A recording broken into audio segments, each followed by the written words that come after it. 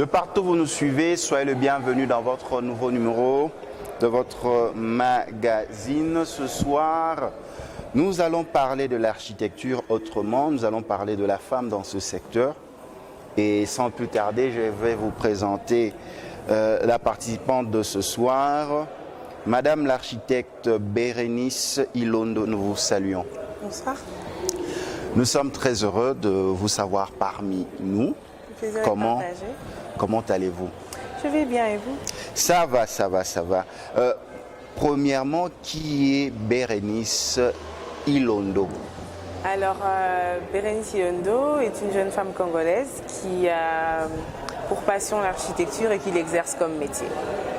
Et pourquoi avoir choisi l'architecture? Qu'est-ce qui vous a attiré? C'est une question très intéressante parce que j'ai l'habitude d'y répondre et au fur et à mesure que j'y réponds, je comprends vraiment pourquoi j'ai choisi.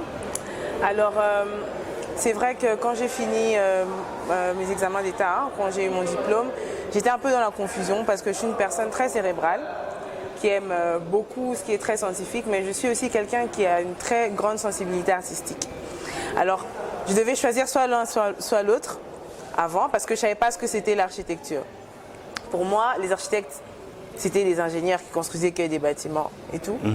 Et j'allais devoir, en fait, laisser tomber mon côté artistique. Mais en entrant dans la chose, d'abord en préparatoire, j'avais le choix de faire d'autres filières techniques. Je me suis dit, je commence une préparatoire technique et après, je vais choisir. Je voulais être ingénieur civil. Enfin, je dois vous le dire. Après, dans notre cours d'initiation à l'architecture, on nous a appris que... Là, à l'INBTP. À l'ISAU. À l'ISAU. Oui, à l'Institut supérieur d'architecture et d'urbanisme. Dans notre cours d'initiation à l'architecture et à l'urbanisme, on nous a appris que l'architecture était la conciliation de la science et de l'art. Et j'ai trouvé, en fait, dans cette définition, ce que je suis. C'est pour ça que j'ai décidé d'embrasser cette carrière. Et déjà, tu avais des informations de ceux qui l'avaient déjà fait dans ta famille ou bien c'était tu allais à l'aventure? Je suis la seule architecte de ma famille congolaise. Après, il y en a une autre, mais qui évolue aux États-Unis. Je ne savais même pas qu'elle faisait ça. Donc quand j'ai commencé mes études, j'avais aucune référence familiale de quoi que ce soit. Rien. Est-ce que c'était pas compliqué de te lancer dans un domaine pour lequel tu n'avais pas de repères? Ou bien c'était au fur et à mesure que tu constatais de quoi il s'agissait? Bon, ce qui est vrai, c'est que la classe de préparatoire m'a beaucoup aidé parce que ça nous permet d'appréhender vraiment ce que... Une mise à niveau. Voilà, exactement. Donc du coup, on avait le choix après de faire à l'ISAU architecture ou urbanisme ou soit d'aller dans d'autres institutions pour faire des autres filières techniques, mais j'ai choisi architecture. Tu as choisi l'architecture. Bon, maintenant quand tu es devenu professionnel, tu passes professionnel, c'est qui l'architecte selon toi? L'architecte, première définition, parce qu'il y en a plusieurs. Pour moi, c'est celui qui aide à concrétiser l'immatériel. C'est-à-dire qu'un bâtiment, tout bâtiment part d'un souhait, d'une idée, d'une vision de quelqu'un. Et nous, on est là pour mettre ça en musique et le réaliser. On permet à des personnes qui ont travaillé 10, 15, 20 ans d'avoir un chez eux. On permet à des entreprises d'avoir des meubles immobiliers qui expriment leur identité. On permet même à des pays d'avoir des emblèmes, comme par exemple à Paris à la Tour Eiffel. Et donc, on permet à l'immatériel de se concrétiser. Et deuxièmement, l'architecture pour moi, c'est l'une des formes scientifiques de l'art parce qu'il y a un travail très cérébral qui est étroitement lié à une sensibilité scientifique qui ne peut même pas se détacher. Donc pour moi, c'est les deux définitions que j'ai de l'architecture. Et maintenant, quand tu arrives à son métier, le métier d'architecte en général? Le métier d'architecte, pour moi, c'est en fait le fait de... Je vais me répéter, mais c'est le fait de concevoir le quotidien des personnes qui vont utiliser les bâtiments. Pourquoi je dis concevoir le quotidien? C'est-à-dire que au-delà du chantier, le bâtiment va être utilisé. Je donne l'exemple d'un hôpital. On conçoit le circuit du malade. On conçoit le circuit du malade. Dans notre réflexion, on sait qu'on va mettre une entrée à tel niveau, un couloir à tel niveau, le bureau du médecin à tel niveau, et on conçoit la vie de l'hôpital. Pareil pour les maisons et pareil pour autre chose. Nous, notre travail, c'est de coucher les idées et de faire en sorte qu'elles soient réalisées. Maintenant, on en arrive. L'architecte, mais pas n'importe laquelle ou pas n'importe quelle personne, mais le jeune architecte. Comment il s'est défini? Comment on vit ce métier lorsqu'on est jeune? Quelles sont les réalités que rencontre cet architecte jeune ou jeune architecte?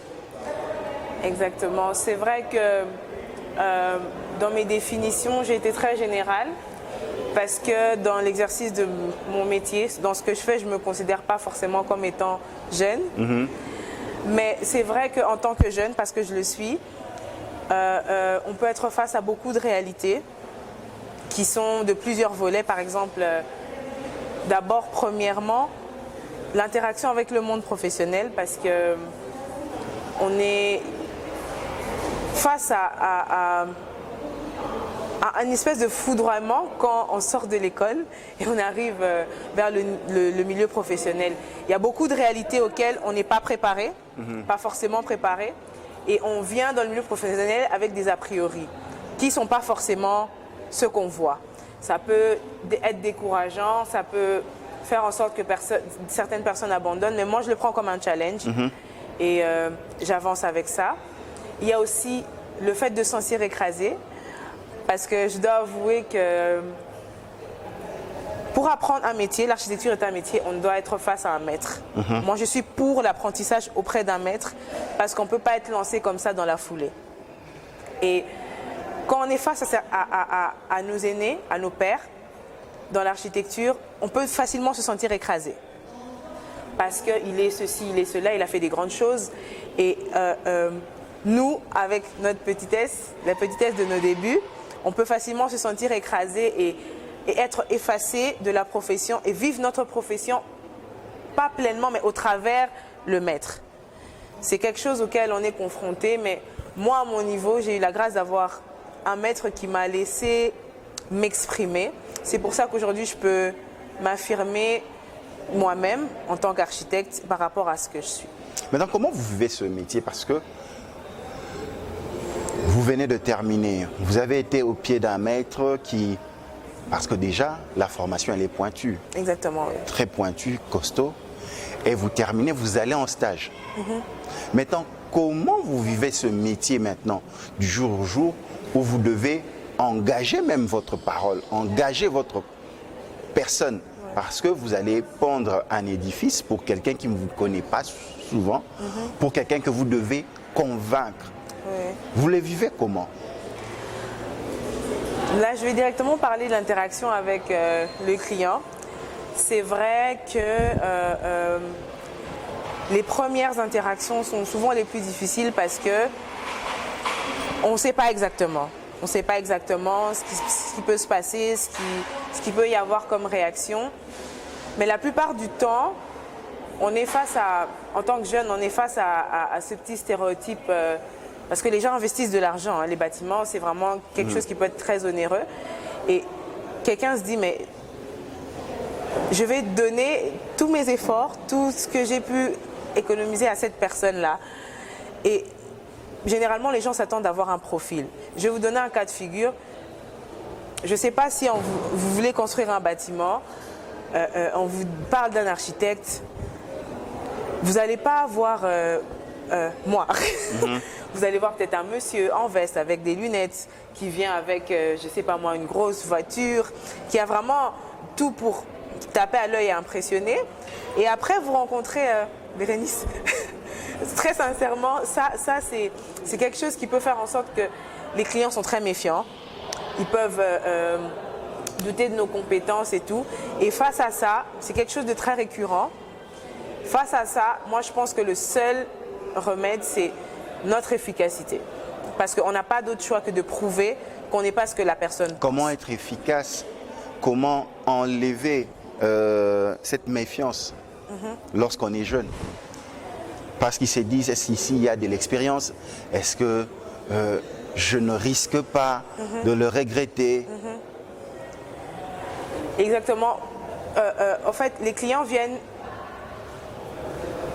appréhendent notre façon d'être, ce qu'on est, notre jeunesse, avec beaucoup de questions.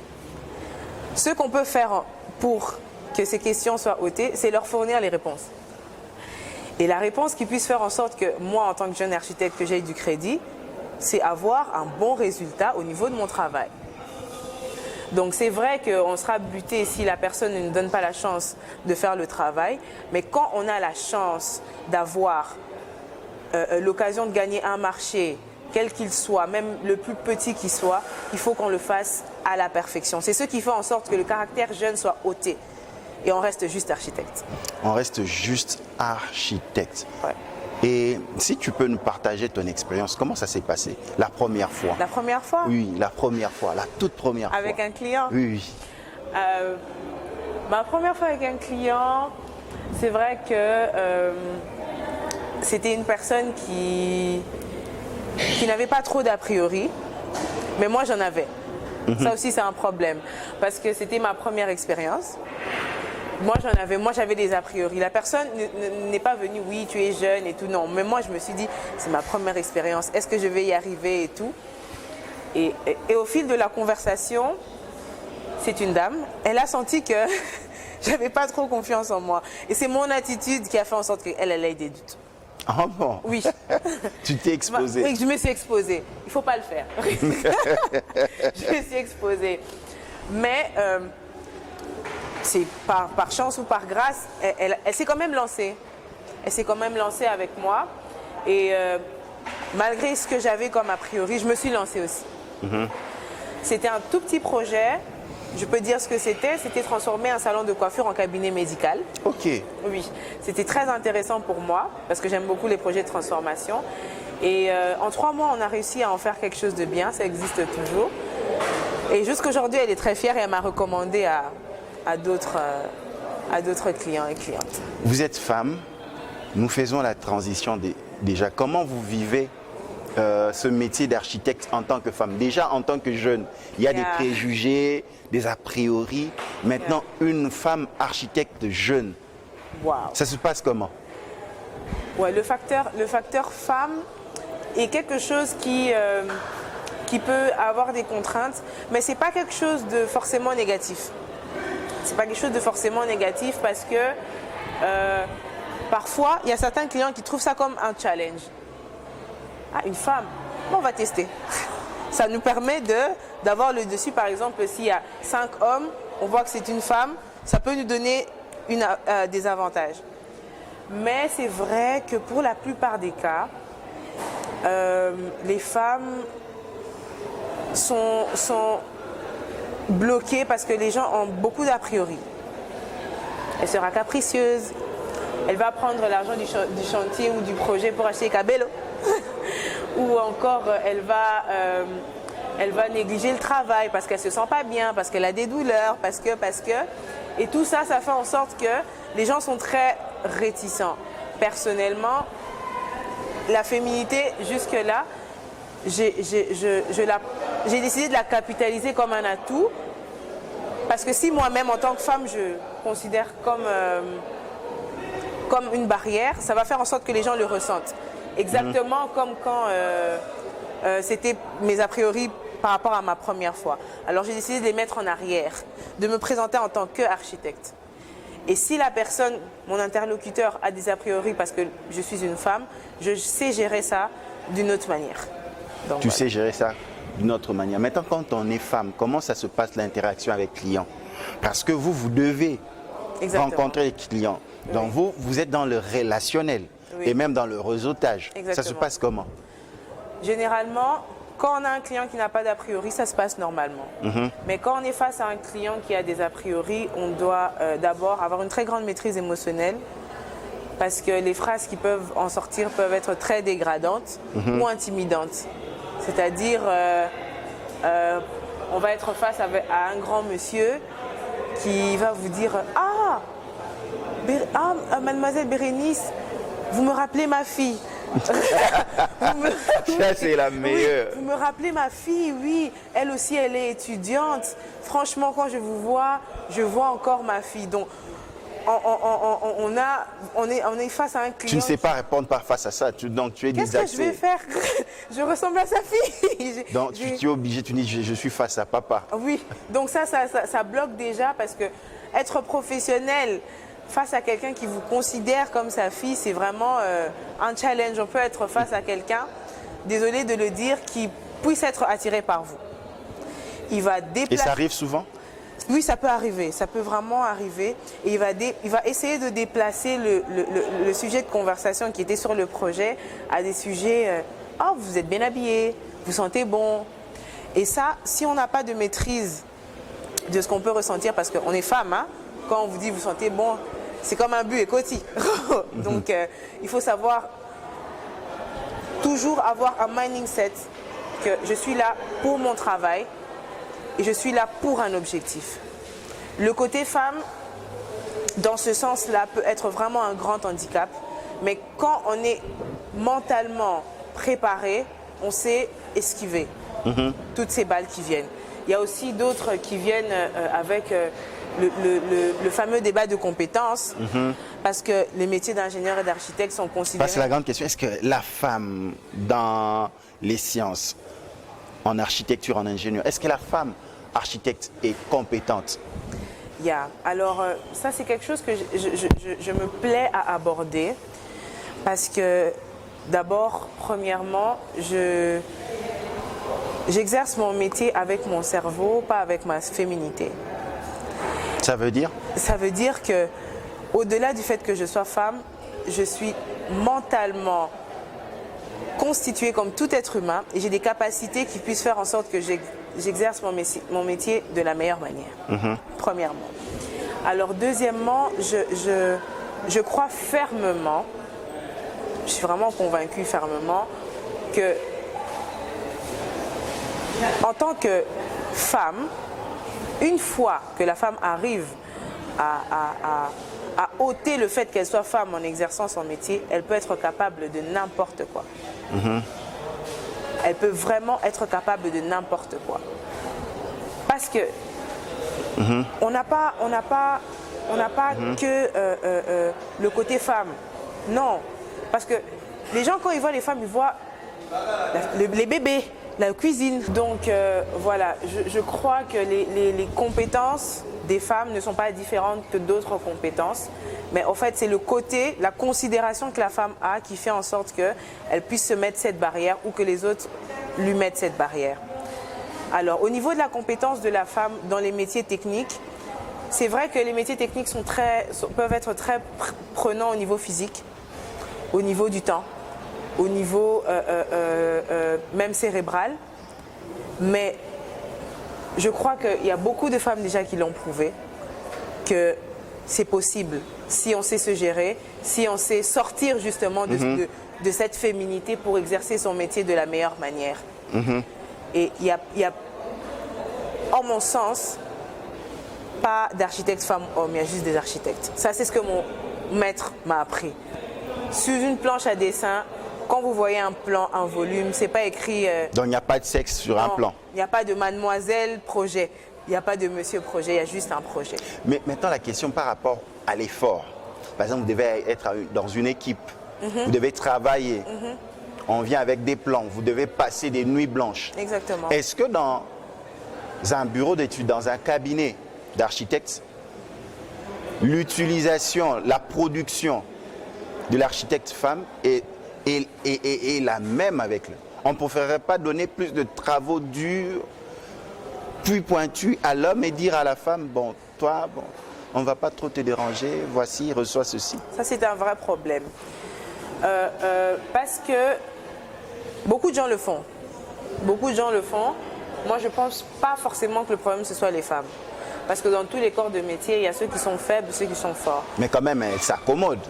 Elle ne veut pas être trop bousculée. Pas forcément. Par exemple, pour mon cas, j'aime être bousculée. J'aime le challenge. Toutes les femmes n'aiment pas être bousculées. Exactement. Alors, c'est pour ça que je dis qu'il faut sortir du côté femme. Quand on fait un métier, on n'est pas là pour avoir un genre dans le métier. On est là pour exercer le métier. Je suis architecte pour être architecte, pas pour être femme architecte.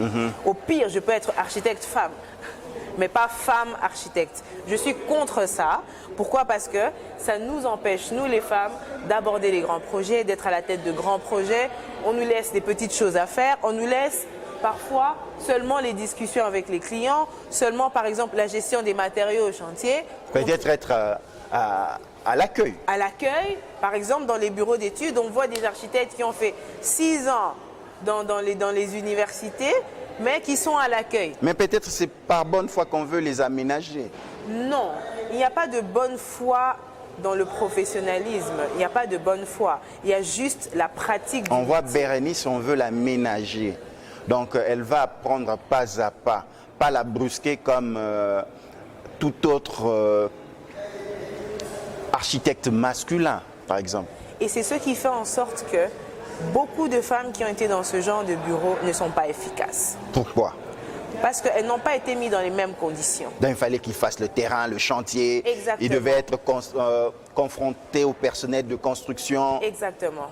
Faire des avenants. Faire des avenants, confrontés parfois aux ouvriers, confrontés aux clients fâchés, confrontés aux nuits blanches passées au bureau en laissant son lit à la maison. En tant que femme? Oui. Parce que c'est le métier qu'on a choisi. C'est le métier qu'on a choisi, on n'a pas le choix. Quand il y a des urgences, on est amené à avoir un comportement d'urgence. On le fait, on passe des nuits au bureau, à travailler. On passe des journées loin de la ville, si le chantier est loin de la ville. On peut se déplacer, aller dans les confins du pays. C'est notre métier. Et il faut accepter le métier,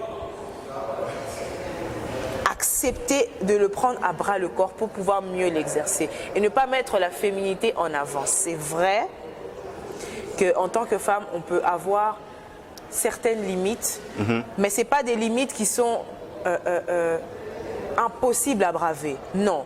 Là où la féminité peut nous bloquer, on doit travailler 2 fois plus pour pouvoir le surmonter, parce que ça a déjà été fait. Parce que tu vois, une jeune dame, make-up, angle, talon, bien habillée. Maintenant, tu te dis qu'elle va exécuter les mêmes tâches. Déjà, avec sa présentation, tu sens qu'elle ne va pas, elle veut garder sa fraîcheur, elle ne veut pas avoir mal à la tête. Ce n'est pas ça, déjà, cette image que les collègues ont pour dire, bon, elle, on va l'aménager.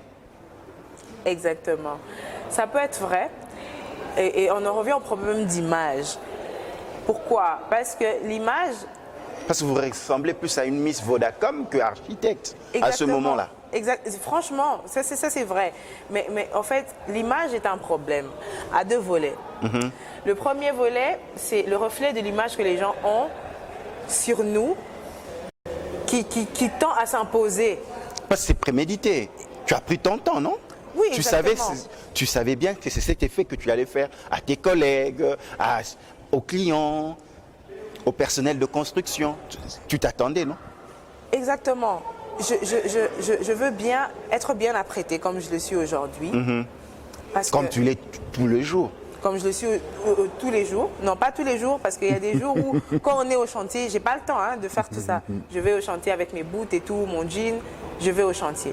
Mais quand je dois être présentée ou présenter un projet à un client, je me dois d'avoir une certaine tenue. Une tenue présentable. Je ne vais pas aller en boot de chantier, je ne vais pas aller en casque, je ne vais pas aller avec mon gilet. Je vais aller de manière classique, me présenter à un bureau ou devant un client pour faire la discussion sur le projet. Mais ça, comme je le disais, l'image que les autres ont tend à s'imposer sur nous. Pourquoi? Parce que moi, je ne suis pas que talon, make-up. Non, je suis aussi casque et boot. Mais c'est juste qu'en ce moment-là, je n'ai pas besoin d'être en casque et boot. Mais ton casque et boot est différent de la jante masculine. Comment ça? Mais si, parce qu'à chaque fois, tu verras, ça sera toujours tiré à 4 épingles, bien exécuté. Parce que si on regarde même ta présence, on sent qu'il y a une part de féminité, même quand tu vas sur terrain. Oui, parce que je suis une femme, mais je ne suis pas là pour être une femme, je suis là pour être architecte. L'enveloppe est souvent une barrière, ça c'est vrai. Mais comme je le disais au début, nous en tant que femmes, nous en tant que jeunes, nous avons la contrainte du résultat. On n'a pas le choix que de produire des résultats pour enlever toutes ces petites barrières, tous ces petits préjugés que les gens ont par rapport à notre habillement, par rapport à notre âge, par rapport à comment on se présente. C'est le résultat. Par exemple, c'est avantageux d'être deux fois femme quand on est architecte. Oui. Ça, c'est des avantages, par exemple. Ces avantages, oui. Par exemple... on te doit directement du respect parce que tu es femme. Exactement. Il y aura des légards, donc on place madame avant. On place madame avant. Le client peut être énervé. Mais il aura un peu plus de retenue. De retenue parce que quand même c'est une femme. Même sur les chantiers, le personnel de la construction, hey, madame Aïe. Donc, ça peut... On s'en sert, on va pas s'ils doivent réclamer leur argent de chantier... Ce sera de manière un peu plus calme. De manière un peu plus calme. Et aussi, on a cet instinct où on sait quand même avoir... Droit de la femme, égalité de chance. On sait un peu plus être patiente, par exemple. On peut être plus patiente par rapport à certaines choses. Ça, ce sont des choses qu'on a déjà de notre nature de femme que l'on peut exploiter. Mais ce pourquoi moi je dis qu'on ne doit pas mettre le côté femme en avant, c'est toutes les tares qui sont liées à la féminité, comme le fait d'être considérée comme une Miss Vodacom dans les bureaux, comme le fait d'être considérée comme une fille trop... Les belles femmes en architecture ont un problème. Lequel? Elles sont utilisées comme... dans des services marketing, voilà. Commercial. Voilà. Donc, c'est elle qui s'affiche. Voilà. Aller chercher des marchés. Oui. Vous êtes exposé en fait. Oui. Les belles femmes sont généralement exposées dans ce sens-là. Alors qu'elles ont beaucoup plus à offrir. Beaucoup plus. Donc, tu penses qu'on détourne... On détourne l'utilité. Elle était venue plus pour la profession. Exactement. Mais Bernice se présente bien, donc elle parle bien. Tu vois un peu ces marchés-là avec les Libanais, les Coréens. Va voir le Libanais, va voir le Coréen, le Chinois. Tu vas mieux parler avec lui que moi. Ça c'est un avantage, mais beaucoup de gens tentent à c'est de l'exploitation quelque part. Voilà, exactement. À en faire que ça reste un carcan dans lequel on peut Mais la plupart de femmes ne se gênent pas. Beaucoup. Elles en profitent pour avoir moins de tâches. Pas forcément pour avoir moins de tâches, mais vous savez, hein, c'est vrai qu'il y en a qui peuvent faire pour avoir moins de tâches, mais vous savez, quand vous entrez dans un milieu professionnel et que d'abord, dans un premier lieu, on ne vous donne pas de tâches. On vous dit, fais tel petit truc, tel autre. Quand vous trouvez quelque chose dans lequel vous êtes utile, c'est ça qui fait en sorte que vous puissiez garder votre place, par exemple, dans l'entreprise ou dans le bureau d'études. À un moment, on est obligé de garder son travail et on est contraint de faire pas forcément ce pourquoi on est là, mais ce à quoi on nous donne accès. Je vais le dire comme ça. Pourquoi? Parce que je dois garder mon travail. Si je suis bien pour convaincre le client, je vais le faire. Mais c'est dommage de ne faire que ça, parce que je peux être bien pour concevoir, je peux être bien pour gérer, je peux être bien pour autre chose, mais je suis contrainte. Là où il y aura des accords dans ce magazine, l'architecte femme, on la donne des prétentions et certaines attentions pour dire que, par exemple, sur terrain, elle y va dans les caprices face au client, au maître d'œuvre. Et surtout quand elle est face à un des contrôleurs de la partie client, comme un DPO, elle n'accepte pas facilement les remarques. Elle va dans les caprices, dans les excès, elle s'énerve parce que ça soit le temps, parce que toi tu es architecte, tu fais face à l'audit de ton client sous forme de DPO. Est-ce que c'est vrai? Est-ce que la femme est mal à l'aise? Elle n'accepte pas surtout la confrontation, la contradiction. Bernice Ilondo a proposé telle approche et le DPO de ton client vient te dire non, pourquoi tu as fait ça? Chez un homme, ça passe facilement entre Mais chez la femme, déjà, elle ne veut pas de la contradiction parce qu'elle sent comme si elle est diminuée. Elle est considérée comme si elle était moins intelligente. Qu'est-ce que tu dis de ça? Alors, très sincèrement, je vais avoir une réponse qui est personnelle parce que là, ce sont des réactions qui sont d'ordre émotionnel. Chacun a sa manière de gérer ses émotions. Je vais donner ma réponse en donnant une expérience. Je souligne que l'interaction avec les clients, les DPO, ça s'apprend aussi. Hein. C'est pas parce qu'on est femme qu'on a telle ou telle autre réaction et qu'on est homme, on a telle ou telle autre réaction forcément. Mais ma propre expérience, je vais vous dire que la première fois où j'ai été confrontée à ça, j'ai eu exactement le même cliché de réaction là. Je me suis fâchée, mais non, moi j'ai étudié pendant autant de temps, je connais mon travail. C'est pas X ou Y personne qui va venir me dire que c'est pas bien fait. Et même si c'est pas bien fait, il y a une manière de faire la remarque. Donc tu étais fâchée. Je dois vous dire sincèrement. Emportée. J'étais emportée comme un bateau dans les vagues de la mer. Sincèrement, je dois vous le dire. Je dis ça pourquoi? Parce que tu t'es sentie frustrée. Je me suis sentie frustrée et très sincèrement, j'avais aucune maîtrise en ce moment-là.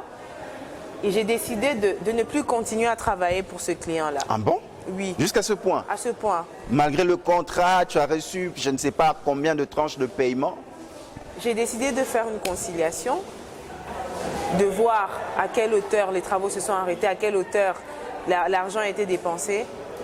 De toute façon, moi j'étais là que pour le contrôle et supervision, j'ai décidé de...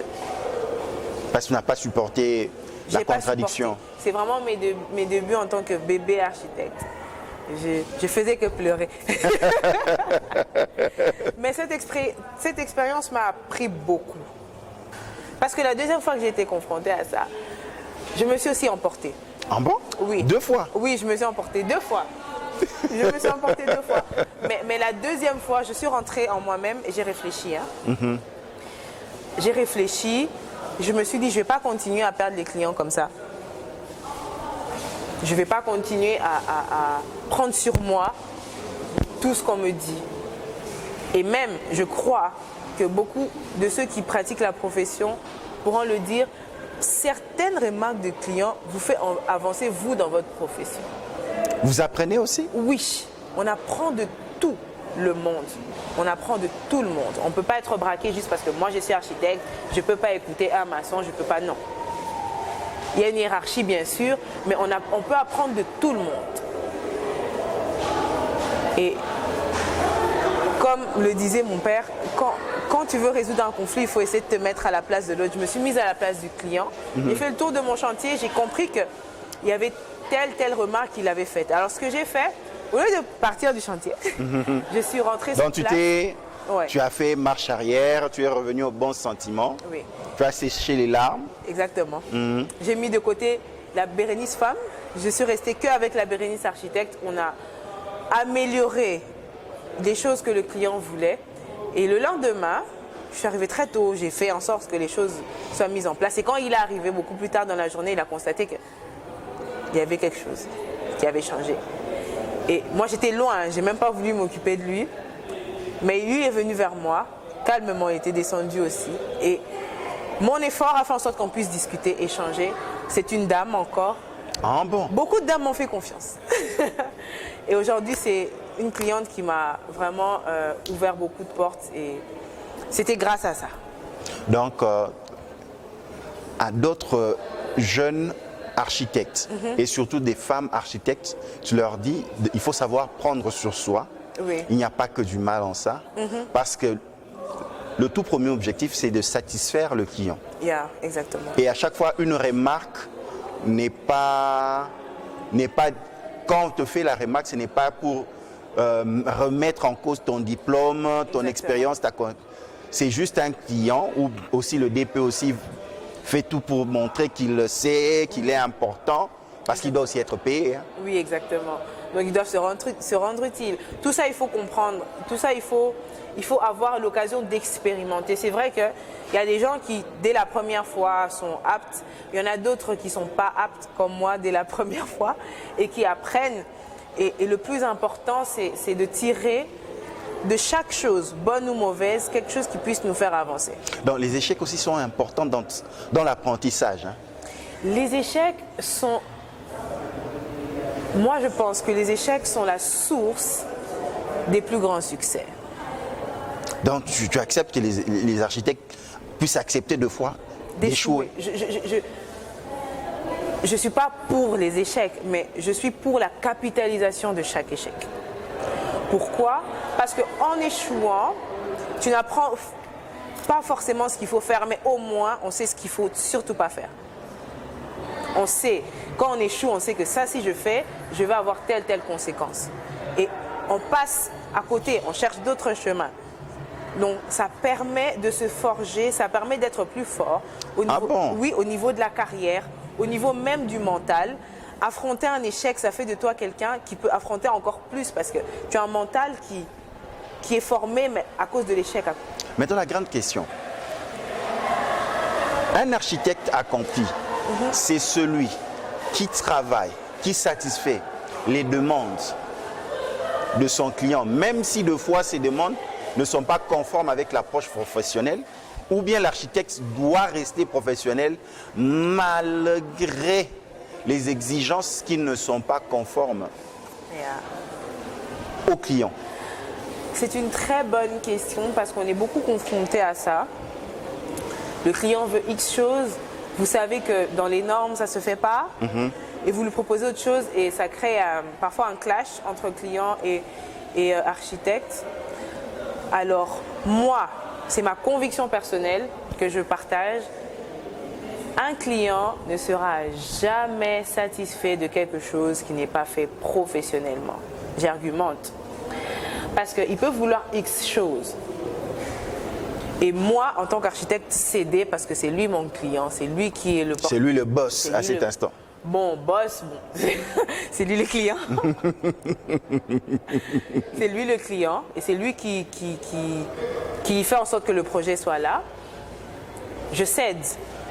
Mais le manque de professionnalisme dans l'exécution d'une œuvre peut apporter tellement de conséquences et le client est celui qui va vivre avec les conséquences.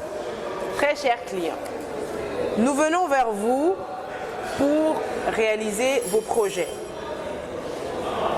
Laissez-nous faire en sorte que votre investissement procure un bénéfice à long terme.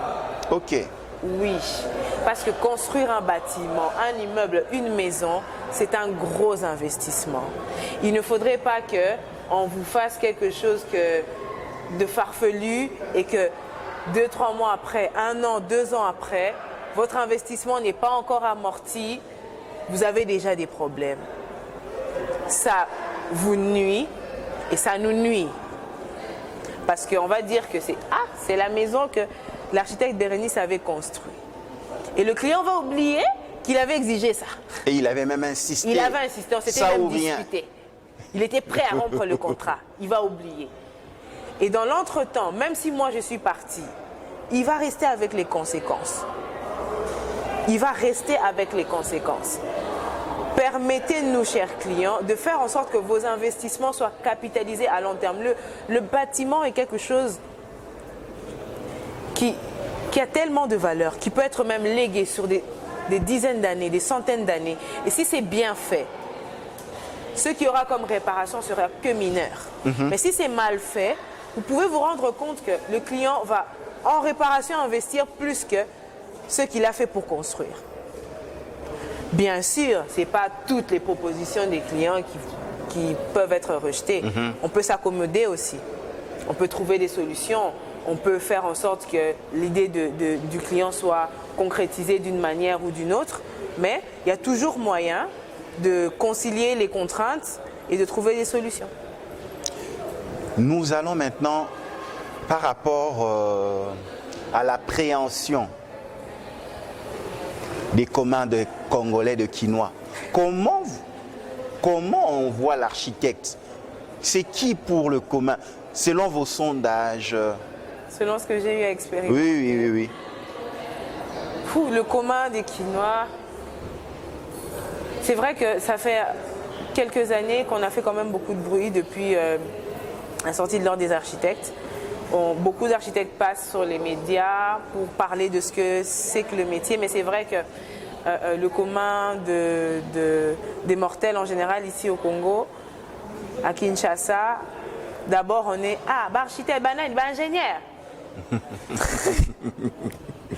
Ingénieur. Je suis encore contrainte d'expliquer non, je ne suis pas ingénieur, parce que je pense qu'il faut respecter les spécificités de chaque entité. Je ne suis pas ingénieur, je n'en ai pas la prétention. J'explique que l'architecte n'est pas un ingénieur, l'architecte a son rôle et l'ingénieur aussi. Et il y a une appréhension un peu, il y a cette confusion un peu entre les deux. Il y a aussi cette appréhension qui dit « Bazalaka cher makasi ». Je le dis en lingala parce qu'on est à qui. Oui. Et il y a aussi l'appréhension qui dit que les architectes, je mets aussi les ingénieurs dedans, sont des personnes qui viennent dans les projets pour bouffer un maximum d'argent et partir sans finir les projets. Ah bon? Oui. Vous êtes aussi confronté à ça? Oui. Ceux qui ne terminent pas les constructions, les marchés, ainsi de suite? Ça existe, malheureusement ça existe. Ça existe, on n'est pas... Vous avez déjà suivi ça? Oui. Ah bon? Je suis déjà, moi personnellement, tombée sur... C'était pas un client, c'était quelqu'un de ma famille qui a fait face à un confrère, qui a entamé les travaux et ensuite est parti en Belgique avec toute sa famille. Ah bon? Oui. S'il nous suit de la Belgique, on le salue. On le salue. Mais ce genre de choses, malheureusement, ça fait en sorte que... C'est de l'investissement aussi. Oui. Et puis perte de temps. Perte de temps. Et c'est une dame qui a investi pendant 15 ans, qui travaillait dans la fonction publique, qui a réussi à avoir son argent, qui a dit « je veux construire un chez moi pour laisser quelque chose à mes enfants » et qui a eu ce coup-là. Vous voyez? Donc ça fait en sorte que beaucoup, avec ce genre d'expérience, ont une mauvaise appréhension. Alors que nous, on est là dans l'accompagnement de vos projets. On est là pour que tout ce que vous avez en tête là, comme projet de bâtiment, soit réalisé de la meilleure manière. Mais c'est vrai qu'il y a d'autres personnes qui en abusent, qui abusent de la confiance, mais c'est face à ce genre de choses qu'on est confronté au quotidien. On va parler de Bukavu, on tend déjà vers la fin, avec l'éruption volcanique du Nyiragongo. En ce moment même, depuis quelques jours, une procédure d'évacuation des sites supposés ou qui peuvent être touchés par l'éruption volcanique ainsi que les tremblements de terre, les populations doivent quitter et aller chercher d'autres places. Et là où vivent des personnes, il faut penser à l'aménagement, il faut penser à des maisons, ainsi de suite. Toi, en tant qu'architecte, comment tu peux penser la société dans des cas de figure? Parce que vous devez quitter, par exemple, la ville de Goma pour aller dans un endroit plus sécurisé. Et cette masse de personnes, quel genre d'édifice pour les accueillir? Parce qu'ils doivent avoir un endroit pour dormir, manger, se laver, même avoir des moyens de pouvoir se faire soigner. Exactement. Comment on fait? Comment on pense la société à ce moment-là? Ok. Je tiens d'abord à transmettre tout mon soutien à toutes les familles qui sont touchées par cette catastrophe. C'est vrai que l'Est du pays est vraiment sujet à beaucoup de pression de tous les niveaux. Je tiens à leur transmettre mon soutien. On est de cœur avec vous. Alors, je pense sincèrement que ce n'est pas seulement en architecture. Je ne vais pas m'écarter de la question, mais ce qui se passe maintenant doit nous faire comprendre qu'on doit adopter ce que j'appellerais une politique de cas d'urgence. C'est-à-dire qu'on sait que le volcan existe, on sait que quand l'éruption va se calmer, les gens rentreront chez eux et que dans quelques années, il y aura d'autres éruptions. Ce temps nous laisse suffisamment de temps pour réfléchir à comment réagir à ce genre de choses parce qu'on ne pourra pas les éviter. Alors la politique d'urgence pour moi, ce serait de faire en sorte qu'au niveau de l'architecture, on puisse déjà, avec les urbanistes, définir des zones qui pourraient déjà accueillir les familles et toutes les personnes qui seront évacuées. C'est-à-dire que s'il y a éruption volcanique à Goma, on sait que déjà une grande partie de la population sera sur tel site. Et dans ce type de site, on fait des logements d'urgence avec des matériaux qui sont faciles de mise en œuvre. Ça peut être des tentes, ça peut être des maisons préfabriquées, ça peut être préfabriquées en plusieurs matériaux, en bois, en composite et autres. C'est des maisons qui prennent moins de temps à être construites et qui permettent aux gens, pas forcément d'avoir une villa de luxe, mais au moins, d'avoir un abri. Et ces abris sont bien sûr démontables. Pourquoi? Parce qu'ils pourraient servir à d'autres endroits où il pourrait y avoir des catastrophes et faire en sorte que les dégâts soient limités au niveau du manque d'abri, au niveau des logements des personnes qui sont déplacées. Vous avez déjà été dans la ville de Goma? Oui, j'ai été dans la ville de Goma. Dans un cadre professionnel? Oui, bien sûr, dans un cadre professionnel. Un dernier mot pour mettre fin à nos échanges, parce que c'est la fin de ce magazine que nous avons réalisé avec vous, avec beaucoup de joie, et nous avons beaucoup appris. Okay. Alors mon mot de la fin, c'est d'abord de vous remercier pour cette opportunité que vous nous avez offerte de pouvoir nous exprimer sur l'exercice de notre métier et de donner nos différentes opinions. Je tiens spécialement à adresser un mot d'encouragement. Ça, c'est important. Hein? Oui, à adresser un mot d'encouragement. Étant moi-même sujette à tout ce qui puisse être contrainte dans le fait d'être architecte, premièrement, jeune et femme, je tiens à encourager toutes les personnes qui exercent le métier. Ce n'est pas un métier facile, c'est un métier très difficile, mais c'est une difficulté qui est totalement surmontable. Si on est dans notre tête préparé au fait que les difficultés, une fois surmontées, deviennent un gain. J'encourage toutes les personnes qui sont derrière moi dans les universités en train de préparer leur mémoire, leur travail de fin d'études à pouvoir savoir qu'embrasser la profession n'est pas difficile, mais il faut persévérer. Et je suis heureuse parce que de plus en plus de femmes amorcent la formation, et dans les années à venir, il y aura plus de Bérénice, plus d'architectes comme Madame Carole Pindi qui passe et qui fait en sorte que la femme architecte ait plus de visibilité. Et j'encourage vraiment toute la jeunesse et tous les architectes en général à persévérer dans leur métier. De partout vous nous avez suivis, nous avons reçu pour vous Madame Bérénice Ilondo.